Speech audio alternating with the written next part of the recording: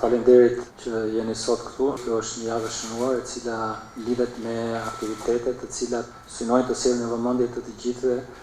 çështje që lidhen me demokracinë dhe se sa e rëndësishme është ajo si sistem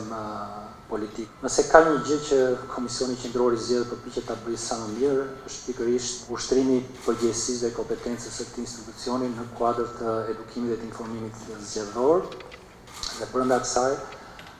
si thua, pjesa më e rëndësishme është ajo që ka të bëjë me edukimin dhe informimin e votuesve për të parë apo e të rinjve. Natyrisht nuk është një sipërmarrje shumë e lehtë, sepse ne do duhet t'i adresohemi këtij komuniteti, kësaj gjenerate, me gjuhën e vet dhe kur të kanë dalë fëmijët dhe të kanë bërë mjekra, kjo është pak e vështirë, nuk është gjithmonë kaq e lehtë, por falë Zotit kemi një staf dhe partnerë të shkëlqyer, të cilët ushtrimin e kësaj përgjegjësie dhe këtë angazhim të KQZ-s e bëjnë më të thjeshtë, në fundit më produktiv. Natyrisht nuk jam duke thënë që ky aktivitet i sotëm është ai i cili i vendos pikat mbi, por për simbolikën që përfaqëson, besoj që ka domethënie dhe është një pikë nisje për çfarë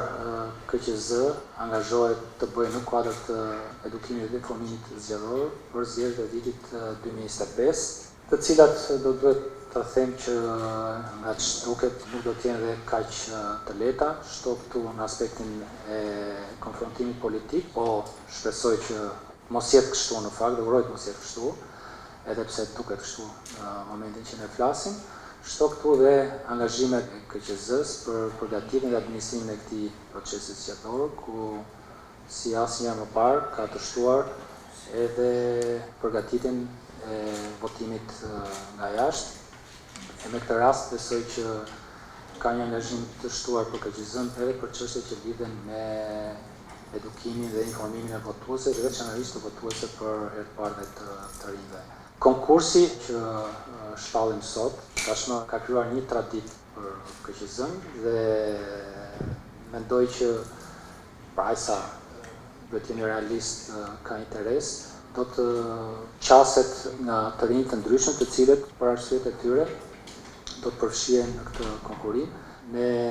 kemi kënaqësinë që partner në këtë projekt kemi OSB-n, e cila ngelet një organizatë tashmë prej vitesh mbështetëse e pa kursyer dhe pa kushtëzuar në angazhimin dhe mbështetjen që jep Komisioni Qendror të Zgjedhjeve, po në këtë rast do duhet të falenderoj dhe mbështetës apo dhe sponsor të tjerë të këtij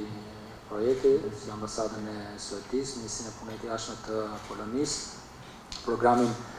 e ndihmës dhe mbështetjes të Zvicrës, si dhe misionin e Shtetet e Bashkuara të Amerikës në OSB. Do të preferonim dhe do të nxisim që të kishte një pjesëmarrje sa më të madhe të rinjve në këtë konkurs dhe shpresojmë që të kemi sloganin e dur dhe të gjithë pëlqyeshëm për zgjedhjet e vitit 2025. Faleminderit edhe një herë, suksese.